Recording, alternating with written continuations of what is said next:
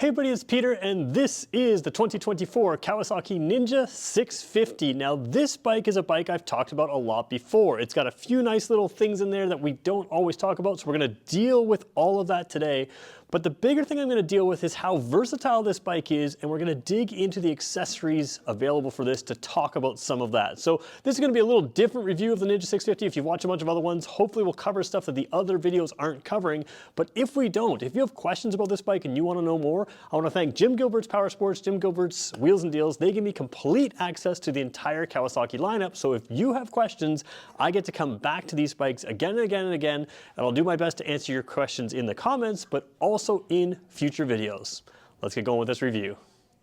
So just so those of you know, if you're watching, this is middle to late February, and of course Wheels and Deals is the #1 volume Kawasaki dealer in the country. And the reason I can't film in front of the sign right now is because they have a lineup of sold bikes that have yet to be delivered, all piling up there. Everywhere I can see is motorcycles. So if you are in the area looking for a bike in New Brunswick area, looking for a new bike, you've got to come check them out. Even in February, put your name on a bike, the snow's already melting, you're gonna have a bike as soon as spring's ready to go.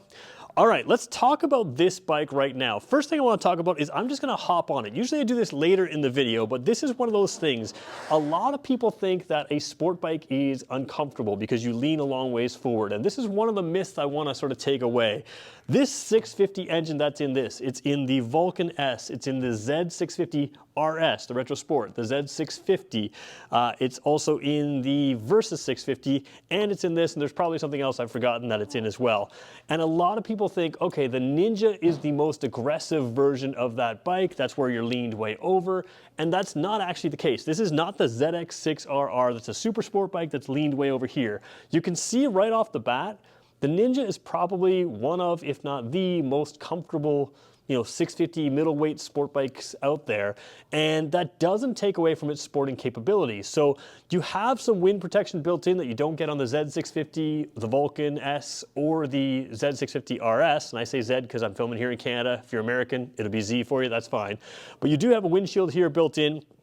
You do have clip-ons here, but they are raised up rather than sort of dropped down like they would be on a super sport bike. And you can see here for my 6-foot frame, this is very, very comfortable. You have mirrors that are placed out here. One of the differences with the mirrors on a bike like this compared to a Z650 is the Z650, they come up off the handlebars, which means if you go in a full tuck position and you take this to a racetrack or just you want to go in a tuck position out on the street, the mirrors actually stay in front of you and you can still see traffic around you while you're in a tuck position. Whereas if they were on the handlebars, you would be at a tuck position, they're beside you, and then you lose that ability. So there's a couple of little cool design features in there that actually make sense for a sport bike. Even the shape of the tank, you can kind of really lean into that tank, even rest your chest on there, and have a nice sort of super sport kind of feel to it.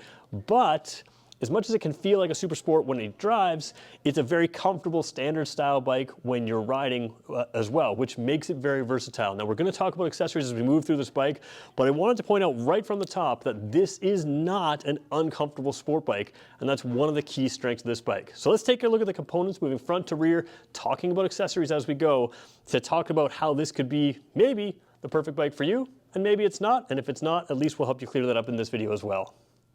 So if you see my reviews before, you always know that I like to start at the front wheel because the front wheel really tells you the manufacturer's intent with this bike. So what you can see here is a few components that are middle of the road, which is what this bike is, it's middle of the road, but also a few components that are surprisingly higher end than sometimes some other bikes in the class. So first of all, let's talk about middle of the road stuff. You do have traditional forks, not the upside down forks. Now, I don't think this really matters to most people, especially in this class.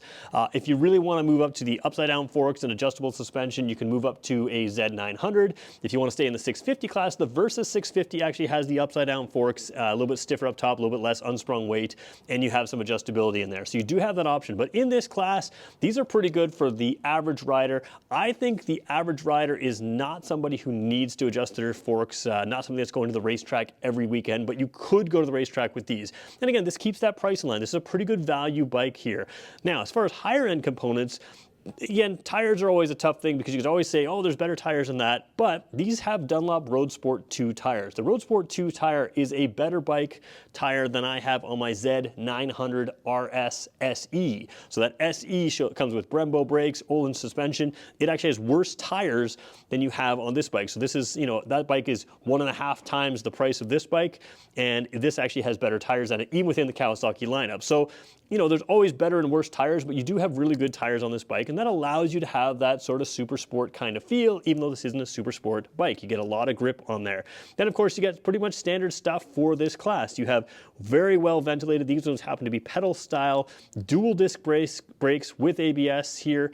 So, you know, quality braking system. Certainly plenty of stopping power for the weight of this bike and for the speed of this bike. This is still a very quick bike, but lots and lots of stopping power. And then you have nice little styling features here. You got the ABS label right there, but, you know, nice little aerodynamic styling, little pass-throughs for styling as well as aerodynamics of the air. And then we'll talk about the color in this in a second because I literally need to pull out a cheat sheet to show you the color. Let's keep moving our way back. We'll talk about that. All right, so we're looking at the heart of the bike now. We're going to talk about the engine, but let's just cover what that color is. First of all, this is metallic matte dark gray, which I think is this.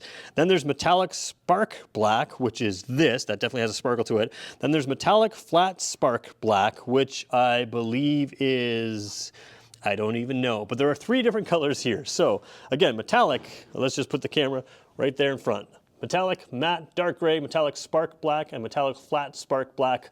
Bigger point is, this is a really cool looking bike. When you see it in person, it stands out as a much higher end bike than you would pay for it. So that's one of the cool things that you have about this bike. Black rims with a little bit of gold around is also sort of a tribute to other Kawasaki's of the past as well as current. But you really have something that's kind of a unique sport bike. And even here, let me see if I can zoom into the logo there. The logo itself has some detail. We'll have to show you in another shot there. Almost looks like a camo style gold logo. So pretty cool stuff. But then we have to talk about the heart of this bike. The heart of this bike is the 650 engine that Kawasaki's been doing for a while. So this is a parallel twin engine, and it is really popular. I like to call it the perfect street bike engine, street sport bike engine, because it has enough power in and around that high 60s horsepower, give or take. Any bike that they put this in Kawasaki's lineup, they always talk about it being the Ninja engine. This is sort of the bike that they sort of, you know, make it their showpiece engine. Parallel twin, nice and compact, and then the whole piece is designed with this low slung exhaust. Pretty much everything that shares this engine has this low slung exhaust, and everything is down here, catalytic converter and everything. There's no side pipe coming out. Now what that does is that keeps the bike having a very low center of gravity and a centralized center of gravity. It doesn't have one side uneven over the other side. So what that does is that's all about handling. So you've got a really well-tuned engine that will allow you to do wheelies, that will allow you to have plenty of power to go well beyond the speed limit, to cruise all day on the highway, a 6-speed transmission that makes it a lot of fun, geared really well, but then you also have that handling built in with weight distribution of the engine and weight distribution of the exhaust here. And what that also does is gives you a really cool view of a unique swing arm here. So a lot of competition would just have sort of a straight metal bar out here. You've got a really cool looking swing arm here, and it's visible because your exhaust ends early. So that's one of the cool things I like. Should also point out a 15-liter tank, which is just enough to get you everywhere you want to go. This is a pretty fuel-efficient bike as well, so you don't need a massive, massive tank. If you're doing huge touring and you want to go with like a 21-liter tank, buy the Versys instead. Like I said, it has a little bit different suspension, has a bigger tank, uses the same engine and same kind of setup down here. Built basically off the same chassis, but that is a taller bike. Let's move to the back here and talk about a few little benefits out here. So on most sport bikes, the reviewer just kind of glosses over that rear seat, but the 650 or the Ninja 650 is actually unique in the class. Now it hasn't got as big of a rear seat as something like the Versys 650, and maybe the Z650 RS has a different shape that may appeal to you as it's more of a one-piece seat with the rider, but this is actually a usable passenger seat. So that's a big benefit if you're taking people for short trips, you know, around town, out for half an hour or something like that. I wouldn't call this a full-on touring seat with a second person on there. If you're going to do that, switch to a Versys 650. But you do have the ability on a sport bike to take your friends out, take your family out, and have them feel like they're a little bit more secure. Just over here, straight over there, is the Z 900, which is a 950 bike, 4-cylinder that we reviewed just last week, and it has a much smaller seat than this. So again, harder to show on video, but that is a piece of this. Now, the other thing we told you we were going to talk about is accessories. We talk about the comfort of this. We talk about sort of the relatively lightweight and sporting ability. You actually have the ability to put a bit of a rack on here and put a top box on the back. A lot of people don't realize this. You don't have to move to the Versus in order to have a box on the back. You could turn this into a touring bike. So what's cool about this bike is it's good enough that it's manageable enough power for beginners if you wanted to. It's not something you're gonna feel like you outgrow the power of. And as you decide you want to do maybe that 1 or 2 weekend trips a year, you can throw on a fully lockable hard saddlebag that's designed by Kawasaki to fit on this bike. And that really opens it up. Another accessory worth getting that you can't see on here because it's not on this bike is you can also get a little helmet lock. So you can actually mount an accessory helmet lock on the side here. And that would be something else that would allow you to sort of lock your helmet as you're doing different tours and still keep luggage on the bike and that kind of thing. So there's a lot of little things you can add. We're going to talk about a few more as we move through this bike. Another piece of bike that I don't usually talk about is the taillight, but it's worth pointing out here on this Ninja 650. You can sort of see that pattern in there. A lot of bikes just kind of fill the space with whatever lighting they have, but you can see here you've got that pretty cool lighting area. We throw on the brake right there, and it sort of lights up there, which just makes it look cooler. It gives it a higher end look. The other thing I like about high end looks here is this does have hazard lights, and we just reviewed the Z900 RS and the Z900 just last Friday. This is Monday, so just the last couple of videos we put up. Those 950cc bikes, so higher up in the lineup, do not have LED signals, but you do get that here on the Ninja. So of course that makes them a little bit more durable. You're not going to replace lights. They're less power, less heat, and they just look cooler. They're that instant on, instant off instead of that glowing up light and glowing down light. So much more modern overall look to this bike. Even though this has been around for a while, and some of those other bikes have been introduced since this. In North America, on our 900s, we don't have the LED lights. On the 650 here, we do. So I'm about to show you the dash on this bike, but I want to show you, I've intentionally let the white wall reflect onto here, so you can see that there's a lot of reflection. Now again, cameras don't film TFT displays nearly as well as your eyes see them, but you're going to see that this screen is so good it'll even show through the glare right there. But before we go there, I want to show you, you can see how far the mirrors sit out. So a lot of sport bikes kind of tuck them in close, or they put them in weird places. You've got nice long arms, and again, they're well in front of you and out, so they do look, give you a good view around. The other thing I want to point out that a lot of people sort of forget here is another thing that you would have to add an accessory, but it's worth pointing out. Let's zoom in all the way. Let's go in one more. You can see right there, you have what could be a USB port or a 12-volt port there. So what that does is it does allow you to power up a device like a GPS or something like that, or a phone or something, so that you would have the ability to, if you wanted to tour on this bike, have power source right at the front. So again, it's not included. That's just a dummy peg right now, but you can throw that in as an accessory. The other thing worth noting is we'll show you another angle again of the head or the windshield here, but you can get an extended windshield on this again, allowing you to have more of that sport touring feel, sport touring kind of bike right here. So let's take this now for a second, turn the screen back to the on position, and you can already see that display coming through. Let's zoom right in there, and we'll kind of get the camera sorted out here. So again, colors are going to look a little bit different here. I should probably turn off the four-way flashers that I turned on earlier.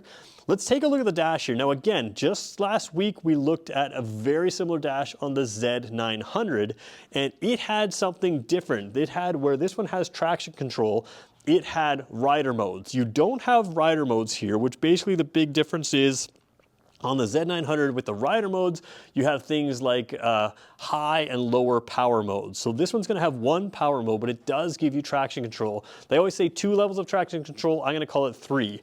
The first level being off. Level 1 would be what I would normally drive in with this bike, and level 2 would be more of a range setting or a more intervention kind of setting with the level 2. Basically, it's going to sense the difference in wheel speed between the front and rear wheel. That's going to help you keep wheelies on the ground, so you don't really have to worry about that anymore. And it's going to help you, if you get going aggressive, to sort of help catch slides and that kind of thing. To me, it's appropriate on this bike. I used to drive a Versa 650 for years myself, which had the same engine. It's not something that's uncontrollable without traction control, but you can really hammer on a little bit extra, knowing that there is a electronic nanny to help you out, and it can kind of help you learn the bike a little bit better, in my opinion. So you can see you got that 10,000 RPM red line. Most of your power is going to come right about 4,000 RPM right up through red line there, but this bike can handle below that as well. And again, this is a relatively lighter version. Something like the Versa 650 is going to weigh a little bit more, Vulcan S is going to weigh a little bit more. So the Ninja is designed to make the most out of that power. Let's take a look at some of your controls down here. We're going to sort of take a look at the bottom here. So you can see where it says odometer right there. Let's cycle through some things there. You're going to have odometer, trip A, and trip B. So that's your odometer, trip A, trip B on that upper section. And then they're going to have a lower section. And I want you to remember upper and lower in a second here when I show you the controls. So in the lower section, it's currently set to kilometers per liter, and it's not reading right now. You could set that to liters per 100 kilometers. You could set that to miles per gallon US, miles per gallon UK. There's lots of ways, but basically that is your instant fuel efficiency. So you have instant fuel efficiency displayed right now. You also have average fuel efficiency, which is what just came up right there. Then you have your range, distance to empty, which again is a guesstimate based on how you have been riding. So it's not perfect, but it'll give you an idea.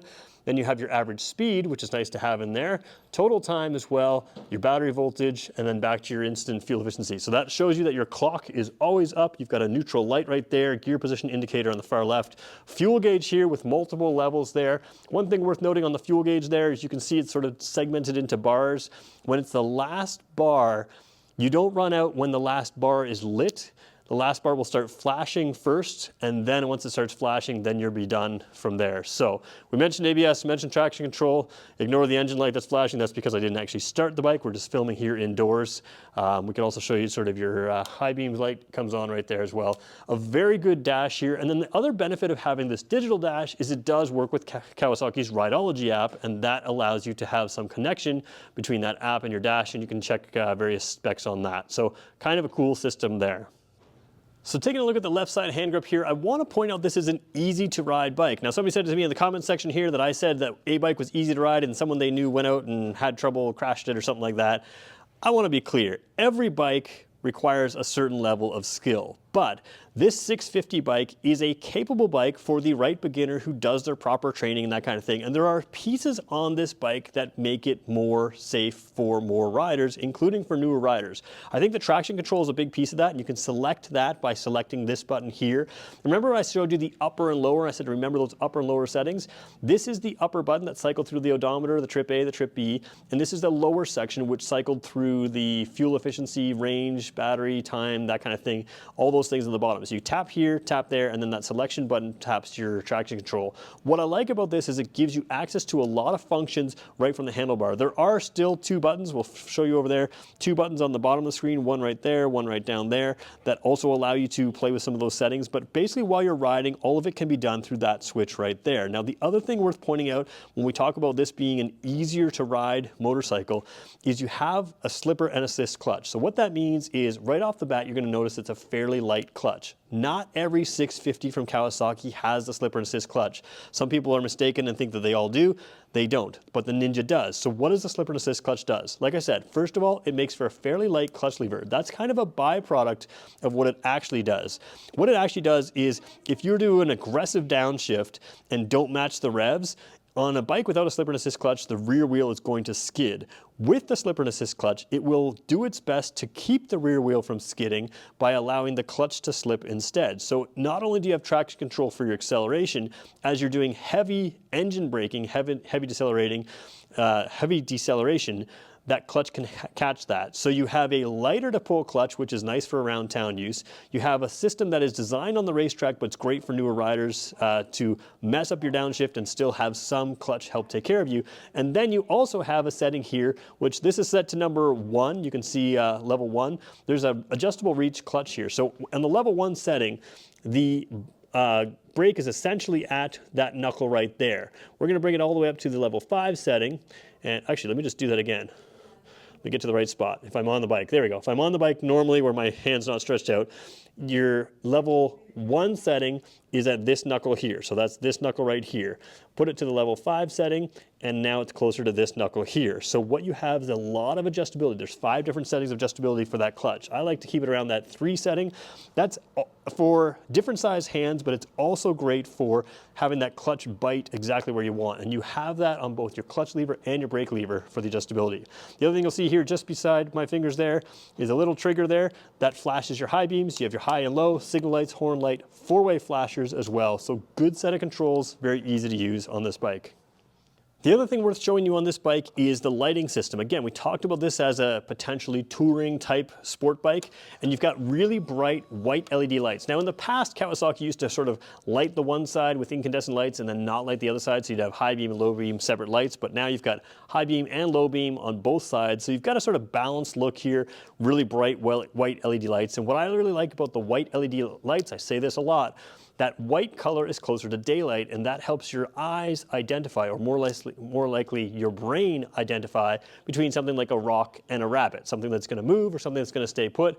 So it really does give you a bright white light, but it also gives you sort of that color that helps your eyes identify things more at night. Now the other cool thing about this bike is you can see that there are LED signals. Now they're not showing up great on camera just because I'm quite close to the bike and looking straight down at it, but the signals are built into the bike. We'll take a different angle and show you them in a second, but it's worth pointing out that those are also LED signal lights out front. So really bright, sharp, easy on. And again, if I had it at a better angle, you'd see them a little bit clearer. We'll just switch the angle right now for you.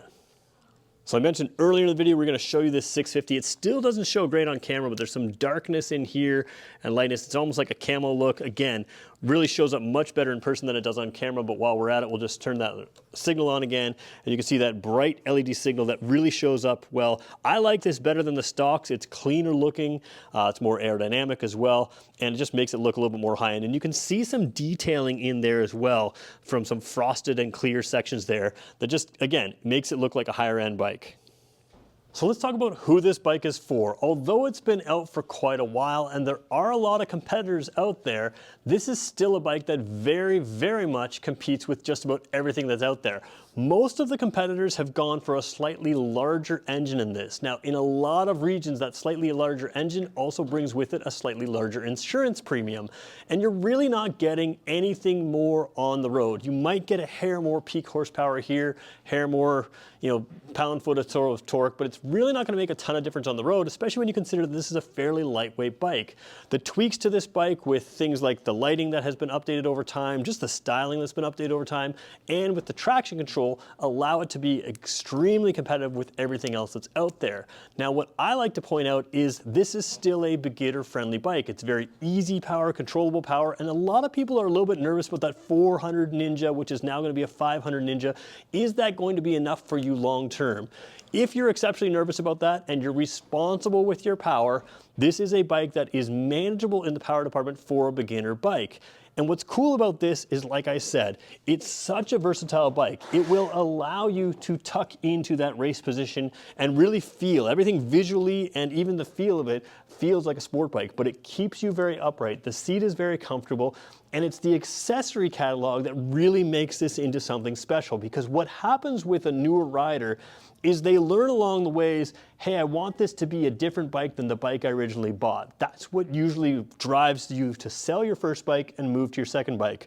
Well, if you hit the general class that you want with this bike, but you find, hey, I'd like something that's a little bit better for touring, Kawasaki themselves offers you a taller windshield to take a little bit more pressure off yourself. You can also go aftermarket for windshields. You can go aftermarket for different types of bags. You can get a tank bag here, tail bag there. You have that hard case available to you to make this a bit more of a touring bike, whether you keep that on all year round or just for a couple tours that you do per year.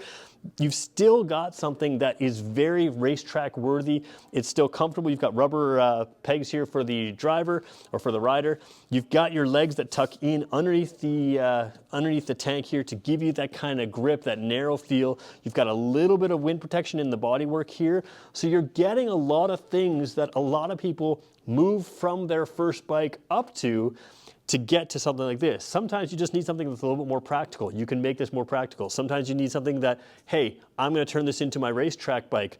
A quick update of the suspension makes this thing really, really good on any racetrack. And the reason you would want to update the suspension is not to do with comfort or anything else. It's usually to stiffen it up for a racetrack or to get adjustable suspension so you can tailor it to exactly that racetrack you want. And this can become that racetrack bike for you. So you've got so many options to make it your own. With the new digital dash that was brought in a few years ago, you've really got something that's fully up to date, even though sometimes the competitors will tell you that this has been around for a while. So who is this for? It's for just about anybody. Somebody who wants a comfortable bike, somebody who wants a sport bike, somebody who wants something that can grow with them in time. That's what this is for. So I hope that was helpful. If it wasn't, if you have questions that I left out, make sure you let me know in the comment section below, and make sure you hit the subscribe button, because like I said, Jim Gilbert's Power Sports, Jim Gilbert's Wheels and Deals, the #1 volume Kawasaki dealer in the country.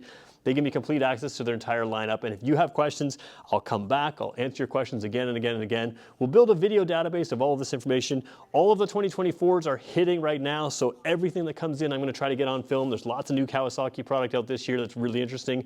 I'm going to have it here on this channel. So do me a favor, if you made it this far, hit that subscribe button, and we'll talk to you in the next one.